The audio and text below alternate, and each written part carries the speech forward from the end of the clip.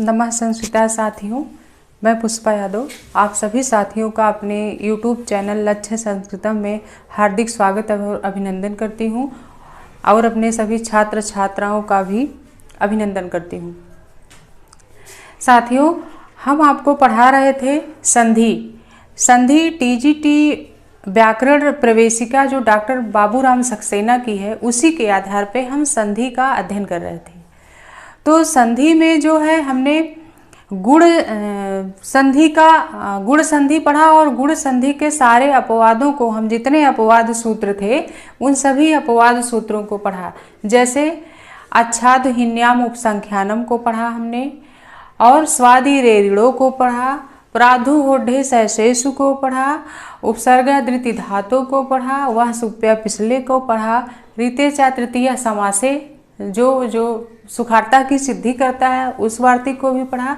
अब हमारा अगला वार्तिक ऋत्यकः है, तो हम आज ऋत्यकः को बारे में जो है पढ़ाएंगे, जानेंगे, हम मिल करके अध्ययन करेंगे कि ऋत्यकः क्या कहता है।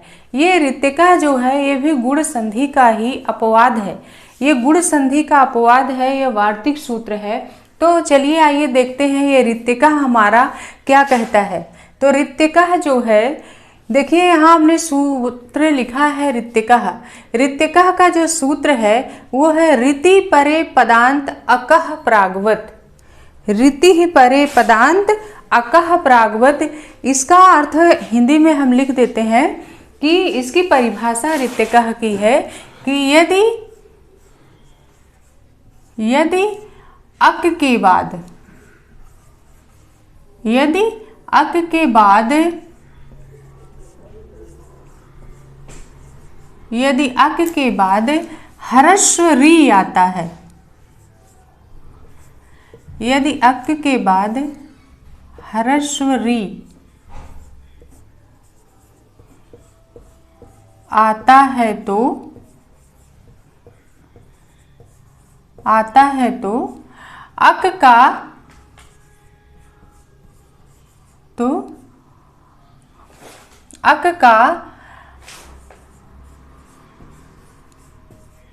अक का विकल्प से ह्रस्व हो जाता है।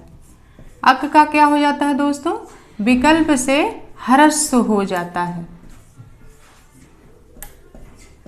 ह्रस्व हो जाता है।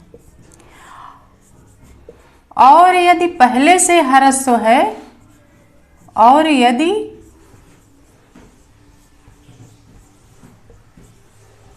पहले से ह्रस्व है,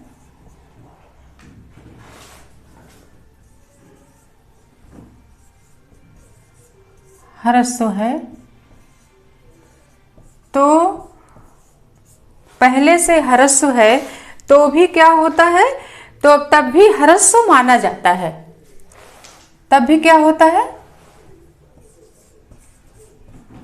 तब भी ह्रस्व माना जाता है।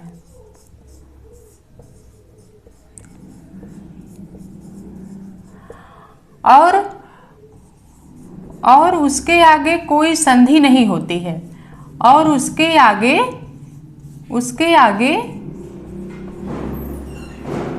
कोई संधि नहीं होती है, कोई संधि नहीं होती है। वह प्रकृति भाव हो जाता है, वह प्रकृति भाव हो जाता है, प्रकृति भाव हो जाता है।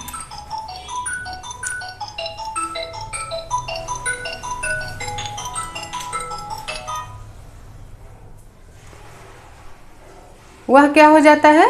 प्रकृति भाव हो जाता है। कि यानी यदि अक के बाद, ऋत्यकः क्या कहता है कि यदि अक के बाद, अक का क्या मतलब होता है? अब अक यह कह रहा है यदि अक के बाद ह्रस्व री आता है तो अक का विकल्प से ह्रस्व हो जाता है। अब हम समझेंगे कि ये अक क्या है। तो अक एक प्रत्याहार है। अक क्या है? एक प्रत्याहार है जिसमें कितने वर्ण आते हैं? आ आता है, ई आता है, ऊ आता है, री आता है, और क्या आता है, ली आता है, ली आता है। अक में कितने वर्ड आ गए, 5 वर्ड। अब आ, ई, ऊ, री, ली, या ये आ ह्रस्व आ भी आएगा और दीर्घ आ भी आएगा, ह्रस्व ई भी आएगा, दीर्घ ई भी आएगा, ह्रस्व ऊ भी आएगा, दीर्घ ऊ भी आएगा, और क्या है, री आएगा और ली। यानी अक में ये आएंगे अ, ई, ऊ, री और ली। ये जो कितने वर्ड हो गए, हमारे 5 वर्ड हो गए। ये अक प्रत्याहार के अंतर्गत आते हैं। लेकिन आ, ई, ऊ में केवल ह्रस्व आ, ह्रस्व ई, ह्रस्व ऊ, री और ली ही नहीं आएंगे, बल्कि ह्रस्व या दीर्घ आ भी होगा, ह्रस्व या दीर्घ ऊ भी, ई भी होगा, ह्रस्व या दीर्घ ऊ भी होगा, री और ली। ये सभी वर्ड किस में आएंगे, अक में आएंगे। तो ये हमारा अक हो गया। यानी आ, ई, ह्रस्व आ या दीर्घ आ, ह्रस्व ई या दीर्घ ई, ह्रस्व ऊ या दीर्घ ऊ, री और ली, ये क्या है, अक है। यानी इनके बाद क्या आता है, यदि ह्रस्व री आता है, यानी उनमें से चाहे ह्रस्व या दीर्घ आ आए, या ह्रस्व या दीर्घ ई आए, या ह्रस्व या दीर्घ ऊ आए, री आए या री आए, इन वर्णों के बाद यदि क्या आता है, ह्रस्व री आता है, तो अक का ह्रस्व हो जाता है। यानी अक में अगर दीर्घ आ आया है तो दीर्घ आ का ह्रस्व आ हो जाएगा। और हमने आगे इसीलिए समझने के लिए लिख दिया है कि यदि पहले से ह्रस्व हो तो ह्रस्व ही माना जाएगा, फिर उसका ह्रस्व। अब ये आता है सामने कि अगर दीर्घ है तो ह्रस्व तो हो जाएगा। अगर अक प्रत्याहार का में जो वर्ण आए हैं, मान लीजिए बड़ा आ या दीर्घ आ जिसको कहा जाता है संस्कृत में, तो दीर्घ आ आया है तो उसको तो उसके बाद ह्रस्व री आया है तो अक वो दीर्घ आ का ह्रस्व हो जाएगा। लेकिन अगर पहले से ह्रस्व है तो क्या होगा, तो अगर पहले से ह्रस्व है साथियों तो उस ह्रस्व को ह्रस्व ही माना जाएगा। क्या माना जाएगा, ह्रस्व ही माना जाएगा। और उसके आगे कोई संधि नहीं होती है, वह प्रकृति भाव हो जाता है। प्रकृति भाव का मतलब होता है जैसे के तैसे रूप बन जाता है। लेकिन यह कैसे होता है, यहाँ एक शब्द लिखा है विकल्प से होता है। विकल्प से मतलब कि 2 तरीके से बनेगा, 2 रूप बनेंगे। तो हम इसको आइए उदाहरण के द्वारा समझते हैं कि कैसे होता है। तो हम उदाहरण के द्वारा समझ लेते हैं रित्यकः को। तो बाबूराम सक्सेना में जो हमारा उदाहरण दिया है रित्यकः के अंतर्गत, वो ही उदाहरण हम आपको समझा रहे हैं। और उसी उदाहरण को जैसे सेम किताब में लिखा है वैसे ही सेम उन्हीं उदाहरणों को हमें याद करना है, पढ़ना है। हमने जितना संधि में जैसे दीर्घ संधि पढ़ाया, दीर्घ संधि का अपवाद पढ़ाया, फिर गुण संधि पढ़ाया। गुण संधि के जितने अपवाद थे, गुण संधि के 7 अपवाद हैं, 7 वार्तिक सूत्र हैं। हमने 7 वार्तिकों सूत्रों को पढ़ा दिया। आज ये 7वां वार्तिक रित्यका है, इसको पढ़ा रहे हैं। तो जो उदाहरण जिस वार्तिक सूत्र में है वैसे उन्हीं उदाहरणों को, उन्हीं वार्तिक के अंतर्गत हमें वार्तिक सूत्र को याद करना है और उन समस्त उदाहरणों को हमें वैसे ही याद कर लेना है। उसमें कोई परिवर्तन नहीं करना है, कोई बहुत ज़्यादा दिमाग नहीं लगाना है, अपने से हमें कोई और शब्द नहीं जोड़ना है, क्योंकि वो उठा के बाबूराम सक्सेना से ही सारे उदाहरणों को पेपर में पूछ लिया जाता है। तो हम रित्यकः का उदाहरण देख लेते हैं कि ये नियम कैसे, रित्यकः जो कह रहा है वो कैसे लगेगा। तो जैसे क्या है, जैसे हमारा उदाहरण है, जैसे किताब में दिया हुआ है कि जैसे है ब्रह्मर्षि। क्या है, ब्रह्म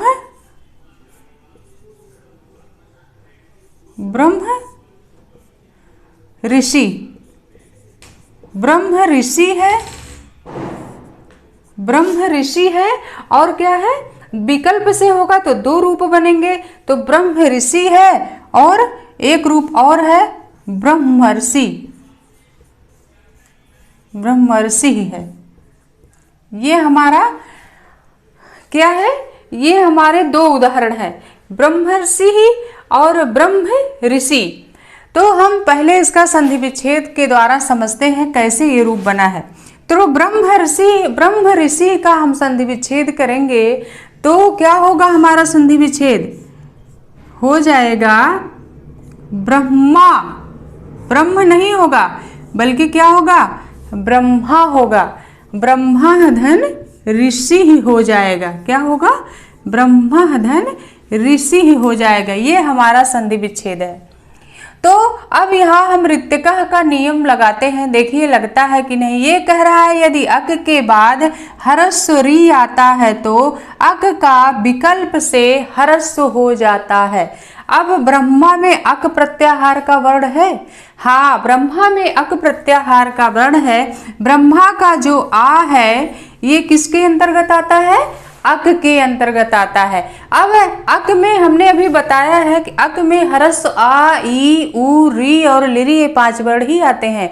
लेकिन हमने ये भी बताया है कि हरस्व आ और दीर्घ आ आए तब भी, हरस्व ई या दीर्घ ई आए तब भी नियम यहाँ लगेगा। हरस्व उ या दीर्घ उ आए तब भी नियम लगेगा।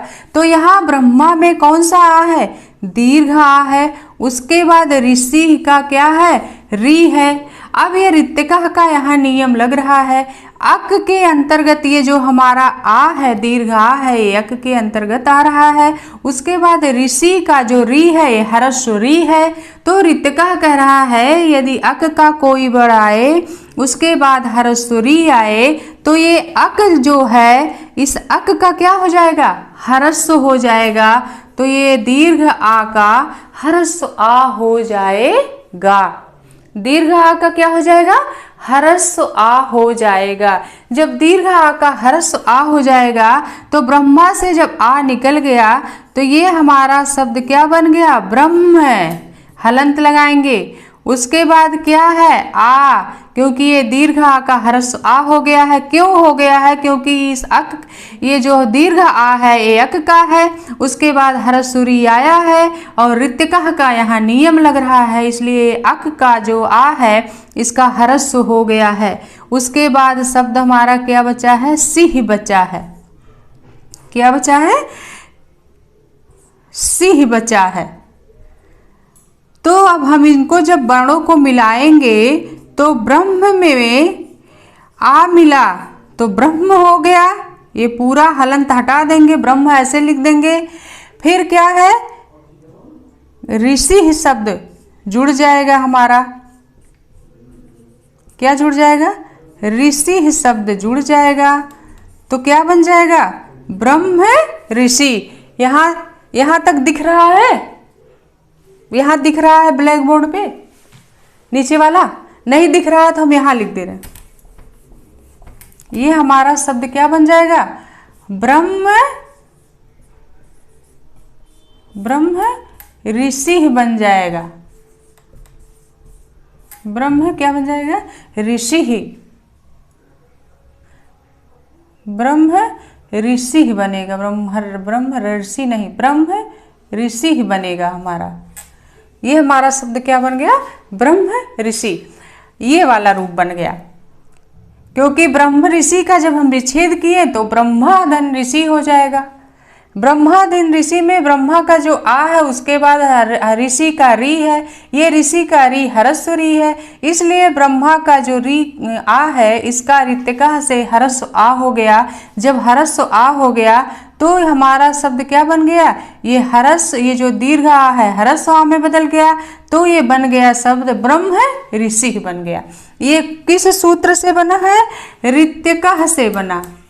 ऋत्यकः से बना। किस सूत्र से बना है, ऋत्यकः का नियम यहाँ लग रहा है, ऋत्यकः से बना।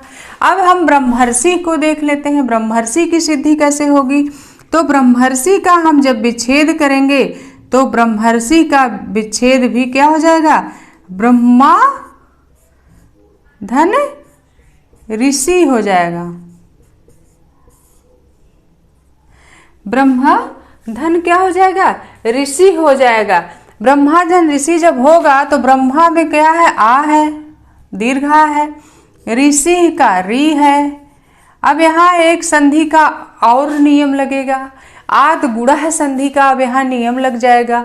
गुण संधि क्या कहता है, यदि आ या आ के बाद, यानी ह्रस्व आ या दीर्घ आ के बाद क्या है, ई आता है, ह्रस्व ई या दीर्घ ई आता है तो ए हो जाता है। ह्रस्व या दीर्घ आ के बाद ह्रस्व या दीर्घ ऊ आए तो ओ हो जाता है। और कहता है ह्रस्व या दीर्घ आ के बाद ह्रस्व री या दीर्घ री आता है, री आए तो क्या हो जाता है, अर आदेश हो जाता है।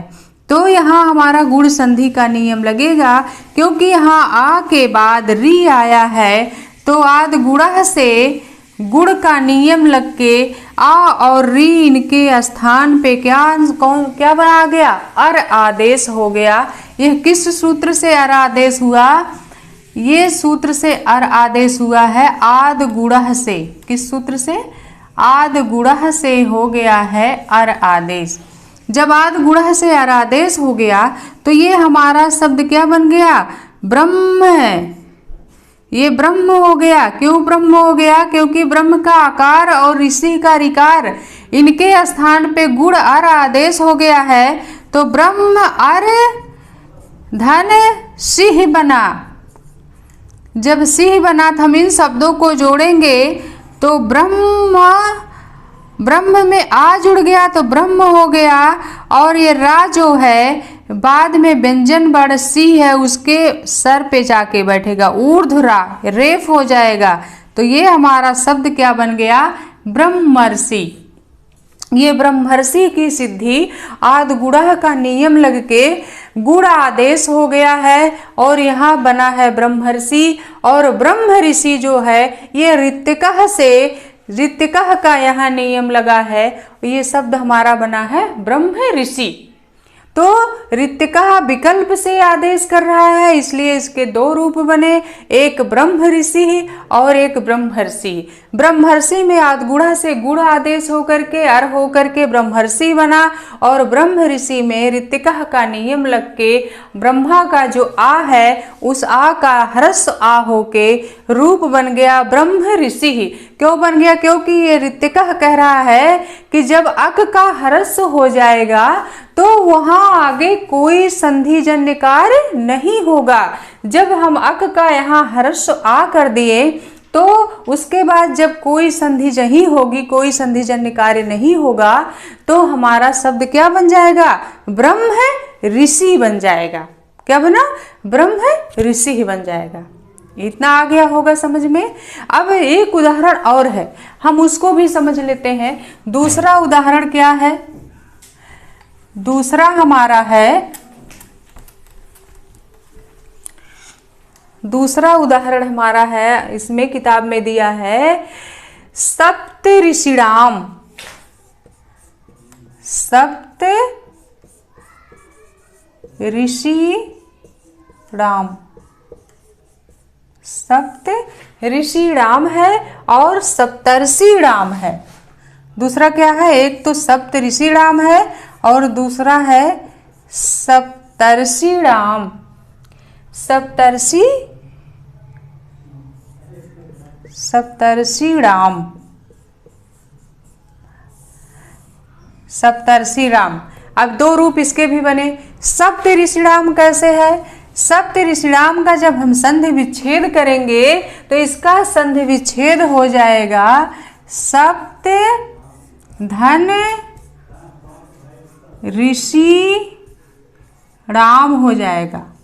सप्त धन ऋषि राम, सप्त धन ऋषि राम में यहाँ अब देखिए ऋतिकः का नियम लगेगा, क्योंकि सप्त में ता में आकार है। कौन सा आकार है, ह्रस्व आ है। ऋषि राम में जो री है वो कैसी री है, ह्रस्व री है। और ये आ जो है अक प्रत्याहार का वर्ण है। और उसके बाद ये ऋतिकः के नियम के अनुसार ह्रस्व री आया है।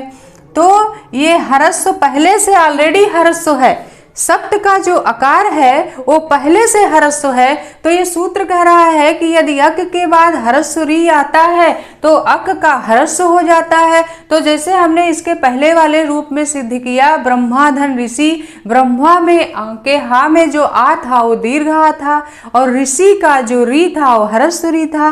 तो ऋतिका का नियम जब वहां लगा तो ब्रह्मा का जो दीर्घ आ था वो ह्रस्व हो गया। लेकिन सप्त ऋषि राम में ता जो तकार है उसका जो आ है वो ऑलरेडी पहले से ही ह्रस्व है। उसके बाद री आया है, ऋषि राम का जो री आया है ये क्या है, ह्रस्व री है। तो यहाँ हमने इसीलिए लिख दिया है और कि यदि पहले से ह्रस्व है तो वह ह्रस्व ही माना जाएगा। तो ये जो आ है पहले से ह्रस्व है, इसलिए यह पहले से ही ह्रस्व मान लिया जाएगा। जब हम इसको पहले से ह्रस्व मान लिए तो ये हमारा शब्द क्या बन गया, सप्त ऋषि राम बन गया। क्यों बना, क्योंकि हम यहाँ और संधि नहीं होगा। ऋतिका कह रहा है कि उसके आगे जब अक का ह्रस्व हो जाता है तो कोई संधि नहीं होती है, वह प्रकृति भाव हो जाता है। जब यह हमारा प्रकृति भाव हो गया तो हम जैसे के तैसे उस रूप को लिख देंगे तो हमारा क्या हो गया, सप्त ऋषिराम, ये वाला रूप सिद्ध हो गया। अब हम दूसरा सप्तर्षि राम देख लेते हैं। सप्तर्षि राम की सिद्धि कैसे होगी, तो सप्तर्षि राम की सिद्धि हम इसका संधि विच्छेद करेंगे तो ये भी होगा सप्त धन ऋषि राम, सप्त धन ऋषि राम। सप्त के ता में क्या है, आकार है, कौन सा आ है, ह्रस्व आ है। ये ह्रस्व आ किस प्रत्याहार के अंतर्गत आया है, अक प्रत्याहार के अंतर्गत आया है। उसके बाद क्या है, ऋषि राम री है। अब यहाँ एक नियम और लगेगा, यहाँ ऋतिका का तो नियम लगा, ऋतिका का जब नियम लगा तो सप्त ऋषि राम को जोड़ दिया हमने, सप्त ऋषि राम जैसे कि तैसे रूप बन गया, वहां कोई संधि नहीं हुआ। लेकिन यहाँ आद गुण सूत्र से गुण संधि का अब नियम लगेगा। जब यहाँ गुण संधि का नियम लगेगा तो आ के बाद री है, तो आ के बाद री आए तो इन दोनों वर्णों के स्थान पे कौन सा आदेश हो जाएगा, अर आदेश हो जाएगा। जब अर आदेश होगा तो ये हमारा शब्द बन जाएगा सप्त, हलंत लगाएंगे, फिर अर, फिर श्री राम, श्री राम। अब हम इन वर्णों को मिलाएंगे तो सप्त, ये आ जो है अर का ता में मिला तो हलंत हट जाएगा। रा जो है सा के ऊपर रेफ हो जाएगा, रेफ का ऊर्ध्व रा हो जाएगा, तो सी के ऊपर रा चला गया, ऊर्ध्व उसके सर पे, फिर राम जोड़ देंगे तो ये हमारा शब्द बन गया सप्तर्षि राम। तो सप्त ऋषि राम, सप्तर्षि राम की सिद्धि किस सूत्र से हुई है, ऋतिका से। ये वैकल्पिक आदेश है, विकल्प से करता है, तो इसलिए इसके कितने रूप बने, दो रूप बने। सप्त ऋषि राम में जो है ऋतिका का नियम लगा और सप्तर्षि राम में आद गुण से गुण का नियम लग के यहाँ गुण संधि हो गया है। ये सप्तर्षि राम किस सूत्र से बना है, आद गुण सूत्र से गुण आदेश होके सप्तर्षि राम बना है। और सप्त ऋषि राम में ऋतिका का रूप जो है नियम लगा और वहाँ कोई संधिजन्य कार्य नहीं हुआ, प्रकृति भाव ही रह गया, यानी रूप जैसे का तैसा हमने लिख दिया। तो ये हमारा ऋतिका था। तो ऋतिका साथियों आपके समझ में आया कि नहीं, ये हमें कमेंट करके आप लोग जरूर बताइएगा। फिर हम आपसे अगले क्लास में मिलेंगे, तब तक के लिए नमः संस्कृताय।